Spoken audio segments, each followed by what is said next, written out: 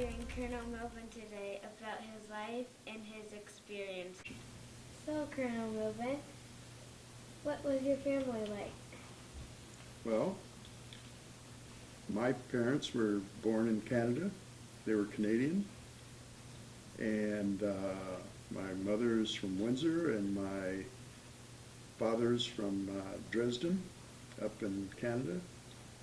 And when they got married, they came over to the United States and started a family. And when they did that, I'm the oldest of 4 children.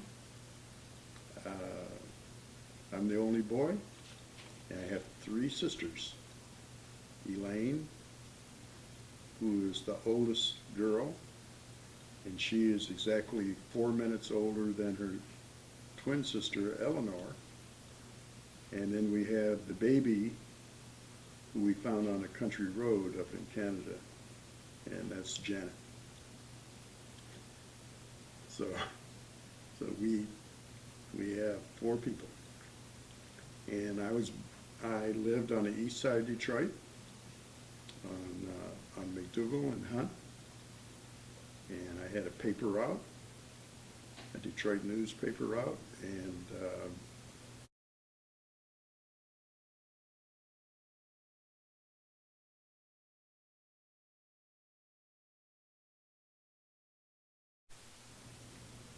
So, what was your family like, Colonel Millben? the family life was good. And I can remember when I was living on McDougal, they had the riots, 1943. And we lived in a mixed neighborhood. And the guys I used to play with, some of them were white, couldn't play with them anymore and couldn't understand why. And my mother just said, well, you can't play with them anymore. And there was a lot of problems with that riot. I can remember soldiers going up and down the street in jeeps with machine guns and that kind of stuff. So yeah, that was interesting, and I was too young to be afraid. I just saw the soldiers. And I went to Franklin Settlement, which is on the east side on Charlevoix. And Joe Louis used to train there, along with Brewster Center. He trained at Brewster Center and Franklin Settlement. And his family lived on McDougal, a block away from me. It actually wasn't even a block. It was like on the other side of Hunt Street and 3 or 4 houses down. So I never met him, but I did meet all of the rest of his family. He lived on McDougal also, his mother did, on the other side of Waterloo on McDougal. And I never delivered papers to that house, but I knew where they were. And then as I grew up, I went to Smith School, and as I grew up, I noticed all these soldiers coming back, and I'd seen the movies, and they were officers, black officers, and they were pilots. But I knew there was a big thing going on with them, but I didn't understand what it was. I had a paper route then, and it ended up being the Tuskegee Airmen coming back from the war. So the neighborhood was really a tight-knit neighborhood. Everybody worked, everybody sold papers, and all the boys had paper routes and that kind of stuff. And we were quite busy, quite industrious. Everybody worked. That's kind of like my childhood began, and I started working on a paper route when I was 9 years old, and I did not stop working until I retired in 1996. So I worked for a long time. Next question. What was the city like? The city was very interesting. Uh, my part of the neighborhood, again, was a mixed neighborhood, and we had Germans and Italians in the neighborhood. And one of the stores that we used to go to, they would stand out in front of the store and they would speak Italian or German. I didn't know which one, and that went on for quite a while, and we kind of got mad about that. So we stood beside them on occasion, and we would speak pig Latin. They wouldn't know what the heck we were talking about, and we didn't know what they were talking about. But that kind of got them, because I was multilingual. I could speak English and pig Latin. So that's the way that went. What else? What did your father and mother do? My father worked at Great Lakes Life Insurance Company. That was the biggest black-owned business in the state of Michigan. And he was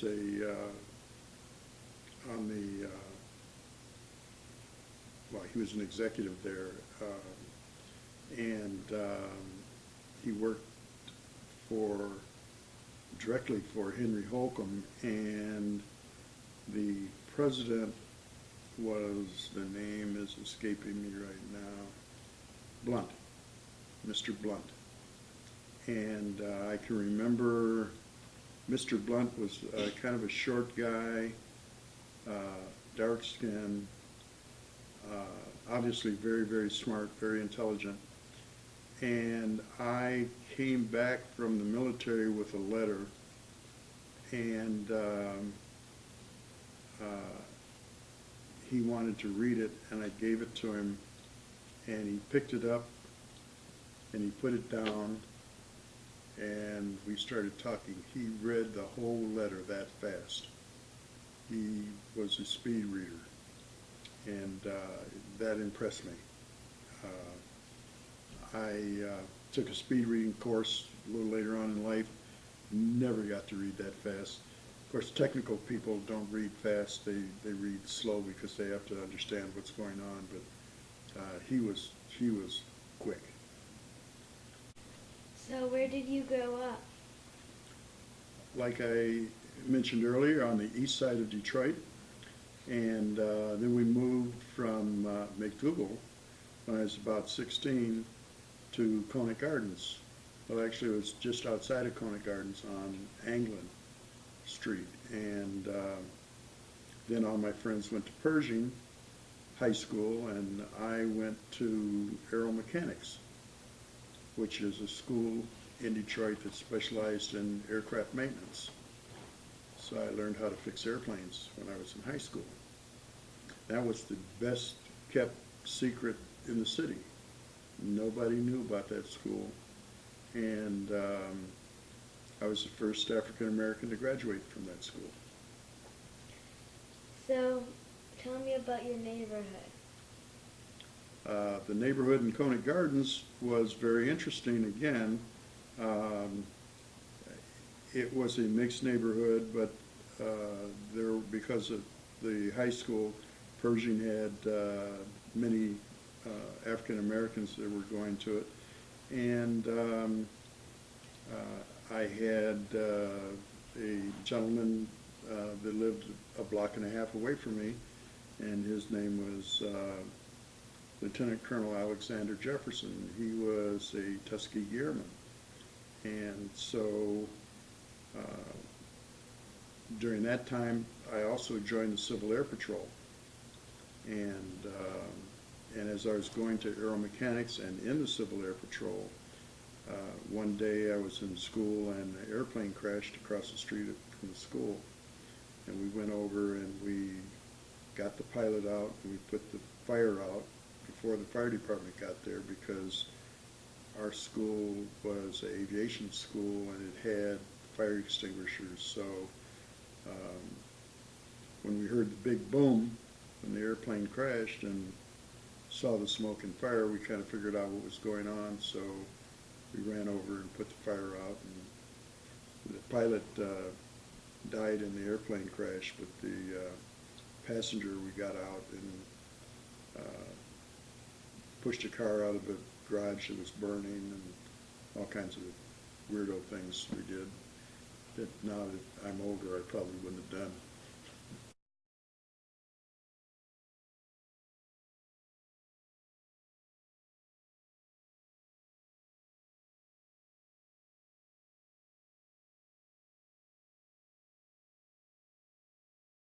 Childhood influences. Well, one was, as I indicated earlier, everybody worked. They didn't all have pretty jobs, but everybody worked. All the men, the girls didn't. They went to school and got smart. But most of the guys had jobs. And I can remember one time I didn't want to go to school for whatever reason. I just didn't want to go. And I told my father I was sick. And he looked at me and he said, "Okay, well, get up and see how you feel." And I said, "That defeats the whole purpose. I want to stay in bed." "What do you mean get up?" So when I got up, might as well go to school, I'm up. So, out of all the years, I had a paper out 4 years and never missed a day for 4 years delivering a paper. So, as I said, that kind of gave you a work ethic so that you knew you had to get up and go to work. Having a paper out, I always had money. So if I wanted something, I could buy it on my own. I didn't have to wait for my parents. And that was difficult because we didn't have a lot of money. So people nowadays don't know what it is to really be poor. And they think that, we can do this and we can do that. But if you have absolutely zero money, you can't do what you think you can do. So we had to make do with what we had, number one, and number two, I took myself as a dependent out of the way. If I wanted to buy a pair of blue jeans, I could go out and buy a pair of blue jeans because I had a paper route. If I wanted to buy a baseball glove, which I did on several occasions, then I could do that. And that was the other thing. We used to play on McDougal in Detroit. We used to play baseball, tennis, run track, all in the alley. That was our playground. And we played football in the street. But in playing football in the street, you had to be careful because cars were coming. And the street we played on was Hendricks Street in Detroit. And it had streetcars, so you had to watch out for the streetcar, you had to watch out for the streetcar tracks, you had to watch out for the traffic. And the guys we played with was a large family, and my best friend Sam Ford and Joe Taylor. Sam Ford had a large family. He had 13 boys and 1 girl in his family. Wow. Big family. They had a whole football team all by themselves.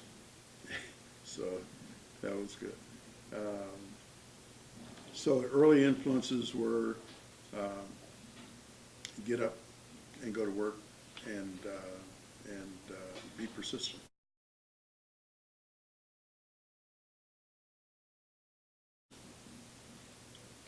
So what stands out about your childhood and education?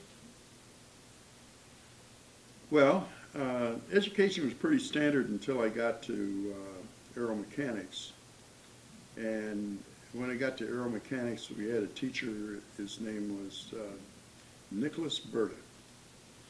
And he told me he was going to make it tough on me because that's the way it was going to be when I got out of school.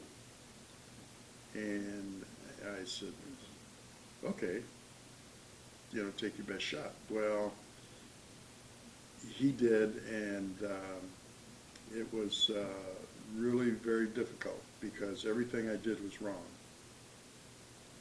And I would have a project to do, and I would take it up to him after I was finished with it, and he would look at it and say, wrong, bad, go do it over. And after several times of this, I'm looking at mine, and mine is near perfect, and the guy next to me, since I was the only black guy in there, was white, and his was all over the place, but his was okay and mine wasn't. So some people would say that was racism. And I might have even said it earlier, but in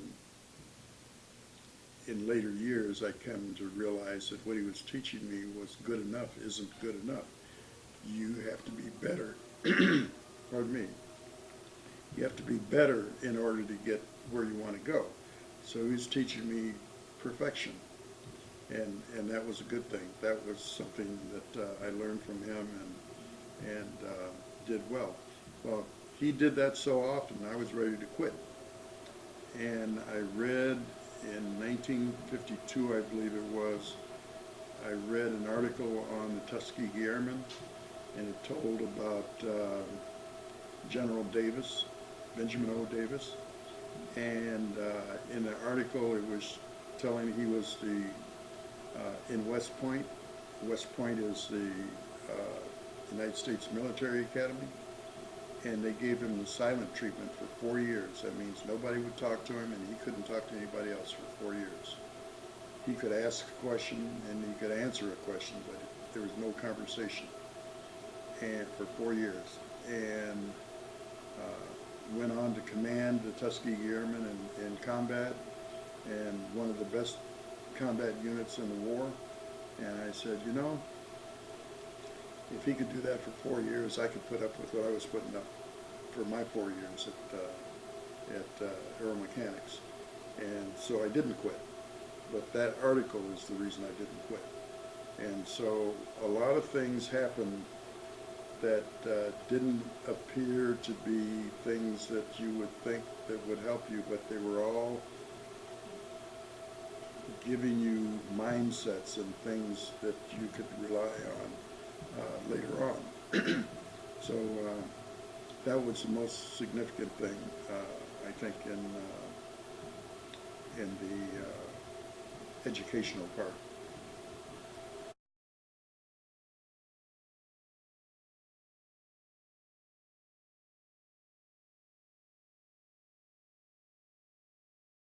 What options did you and your peers have as professionals? Well, again, my father moved up to be an executive at Great Lakes, and my mother was working at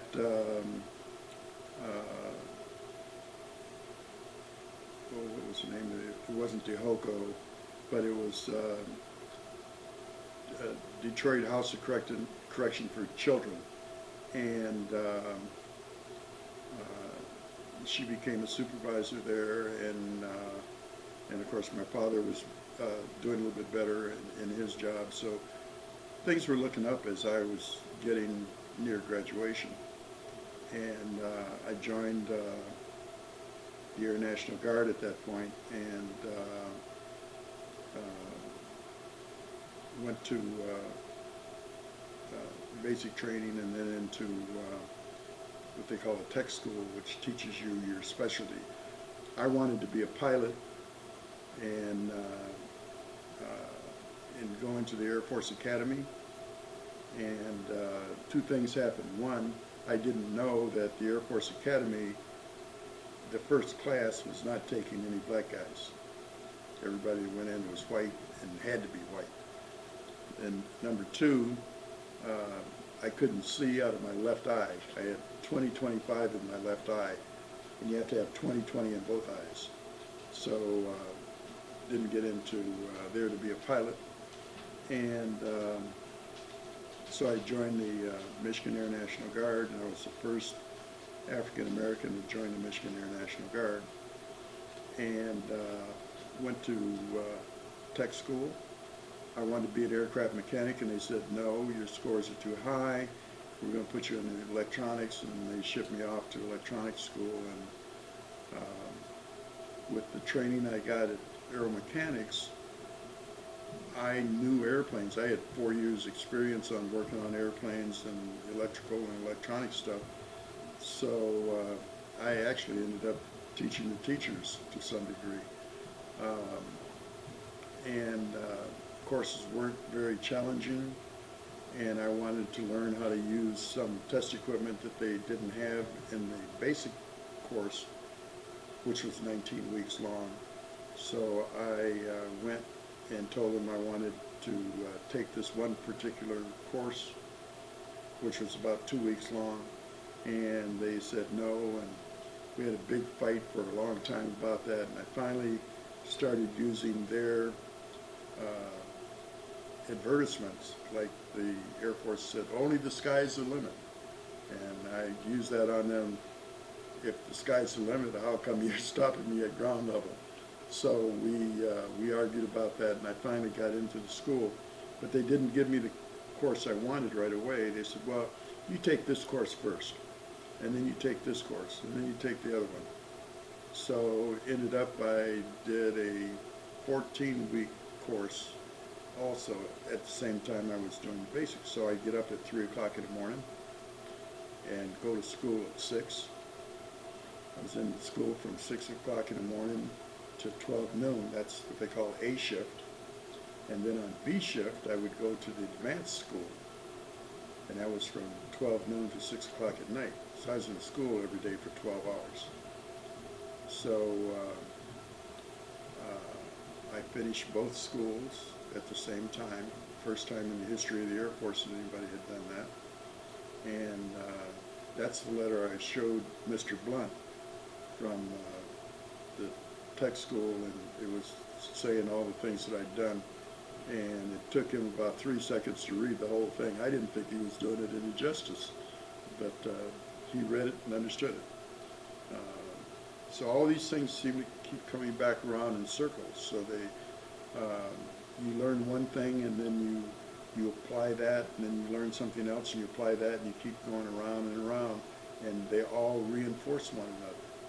So it's not just like I'm going to learn how to add,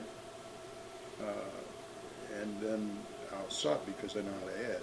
Well, then they teach you how to add, then they teach you how to multiply, then they teach you that multiplication is a series of additions, and then they teach you how to subtract, and then you learn how to divide, and division is a series of subtractions. And then you keep going on, and you start applying these concepts to other areas.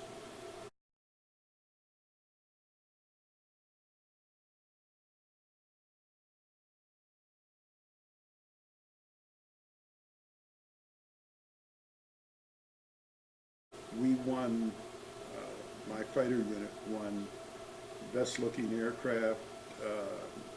We were only down there 3 years. We won best looking aircraft twice and best aircraft maintenance twice. And I came back one day, and I was with the Tuskegee Airmen. I said, I can't say a lot about this. I said, but you've been in the Air Force a long time. You know everybody and everything. And I said, I've been down to William Tell now several times, and we are the only outfit that had any blacks. And as blacks, we were winning. And I was told, don't worry about it. We already did that. And that was my cue to go sit in a corner and be quiet. Well, come to find out that the Tuskegee Airmen won the first Top Gun competition. And they lost the trophy for 50 years. And then they found it in the basement of a building at Wright-Patterson Air Force Base. And then that's when we bought it back. And it now is back under Air Force control, and they now acknowledge that the Tuskegee Airmen won the first Top Gun competition. So we, in the 191st Fighter Interceptor Group, won multiple times down at William Tell, so we're pretty good too. When did you join the Civil Air Patrol? I joined the Civil Air Patrol when I was in high school, and that that's when I got that medal, or I got a medal for when the airplane crashed across the street from the school and we pulled the pilot out. I got a medal for that when I was in the Civil Air Patrol. And that kind of also prepared me for the Air Force. So when I went into the Air Force, I also knew about military courtesy and how to march and all that kind of good stuff. So that helped. And that allowed me to get further faster. Tell me about who helped you. Well, a lot of people helped. And anybody that says they got it on their own is pretty much lying. Nobody gets to be super successful all by themselves. And I had a lot of white people that came up and helped and pointed me in the right direction, said, look, dummy, don't do it this way, do it that way. And Nicholas Berta, who I mentioned earlier, he was a lot of help. We have a Captain Sismus, and when I was trying to get my commission to become an officer, he would have me bring the papers that I had to write over to his house, and he'd get out his red pen and he'd mark them all up like I was still in high school. And but he taught me how to write by doing that. And then I had my first boss, Colonel Doty, and he was a legend. That had a lot of legends that I worked for at one time or another. But he was a legend. He was unique. He might even say he was eccentric, but he stood up when the time to stand up came around and made sure that I was the only one that he was the only one I had to worry about, which was a good thing. The other part of that was that he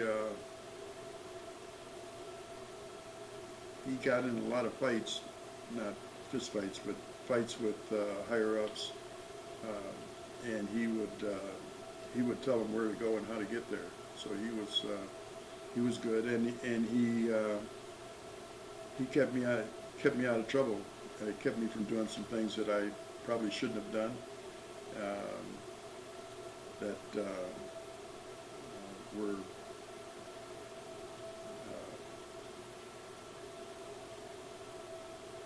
which I can't talk about right now. Not that there were anything wrong, but they're bordering on classified. So, but he was good.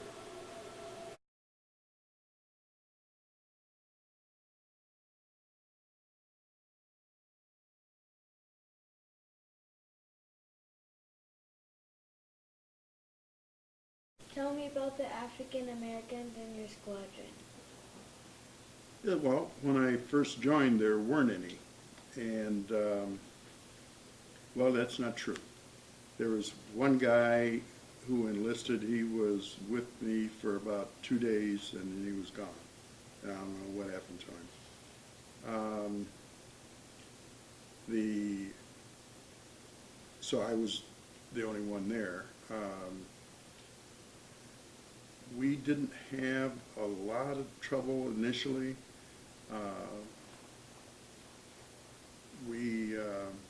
As time went on, I was working at Burroughs Corporation and met a guy there that used to be in the Air Force. His name was Jim Watts, and he joined also. And he and I were very good friends. And then shortly thereafter, another guy joined, And so we had three of us, and there was 1,500 people in the unit, in our unit, and that was, we just had three people. Jim was an aircraft crew chief, and I was aircraft and missile electronics, and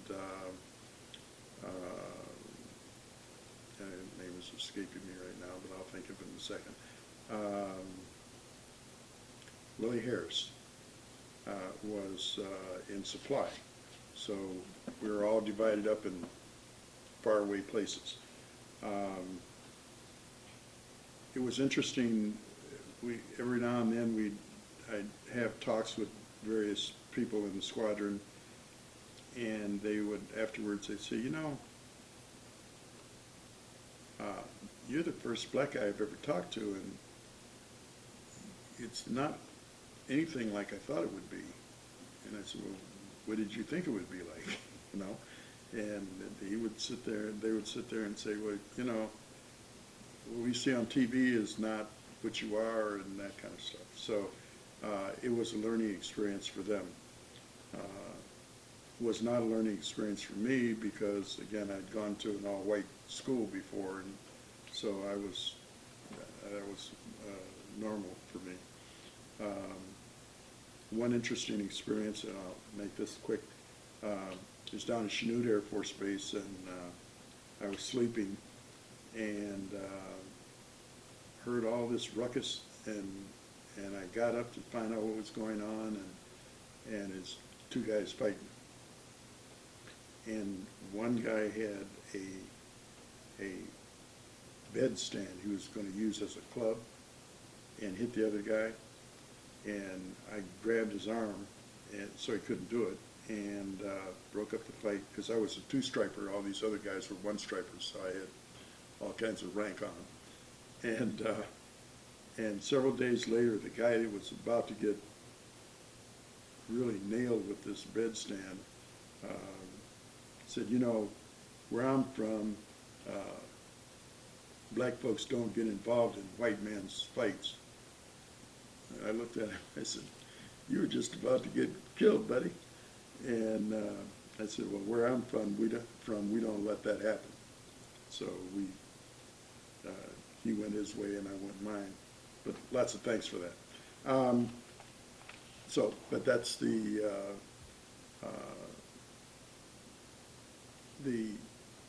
black guys in the unit really did not have that much of a problem at that time. But as time went on, things changed. But were you accepted? Pretty much. Although I did have several fights. I didn't realize they were fights at the time until somebody told me. I thought we were just wrestling. The guy later on says, one of the other guys said, you didn't do bad in that fight. I said, we weren't fighting. He said, oh, that's what you say. So I had no clue. But several of those took place. And I think what happened was at that point, people realized that you're capable of taking care of yourself, and they kind of backed off. So didn't have too much trouble after that. Did you ever experience racism during these years? Oh yeah, lots of it. Not always from the military, but from the civilians. If you go down south, back in those days, things were a lot different than they are now, and you didn't have to go very far south in order for things to happen that were bad. But I survived them all, so we did pretty good. You have patents as a civilian. Please tell me about them. Yeah, I have two United States patents, and they are,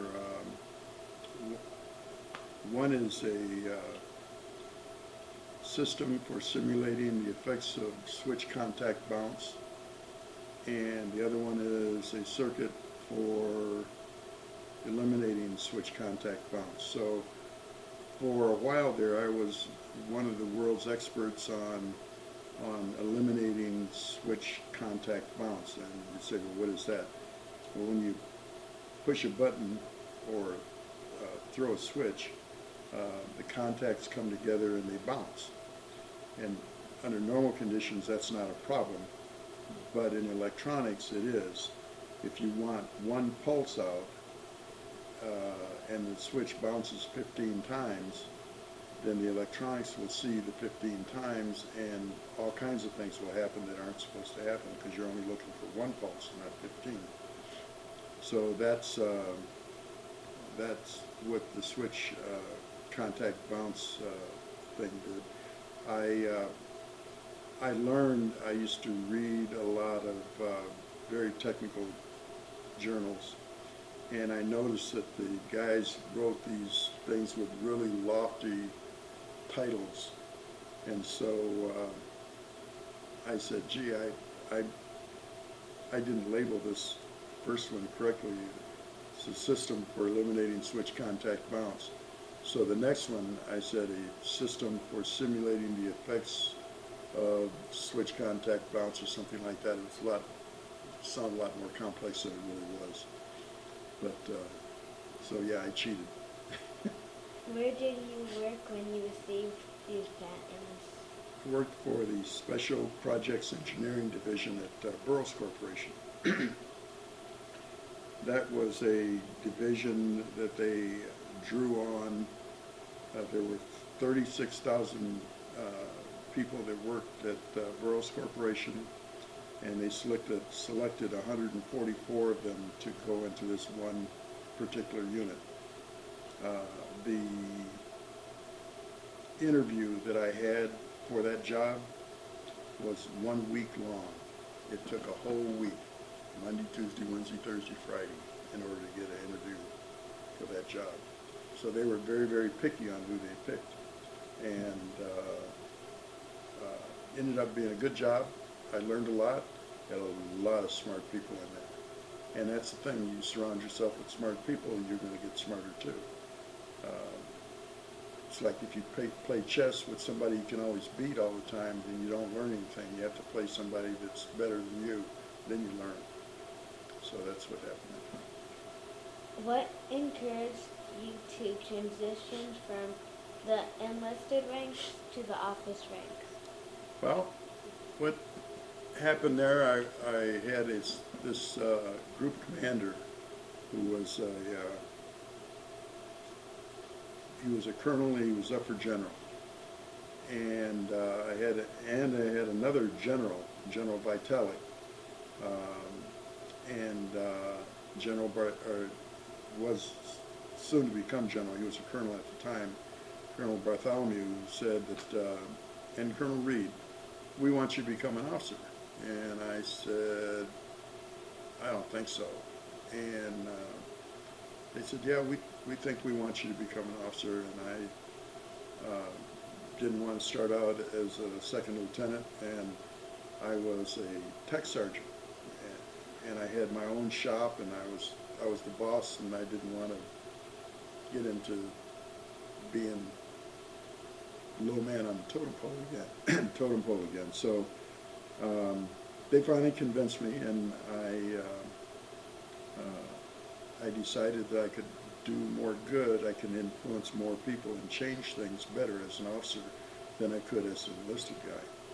And that's what I started out as doing. We brought a lot more African Americans into the unit, and I was in a position where I could actually influence things and get people promoted when their time came. So I can look back, and there are several generals that came up through the ranks at the same time I was there. So that was very interesting, and I was the first black line officer that made lieutenant colonel. But the guys I was helping along, they actually became generals. So it takes somebody to get in first and become the leader, or at least pave the way so the other guys can follow on a lot easier. And that's the reason why I changed.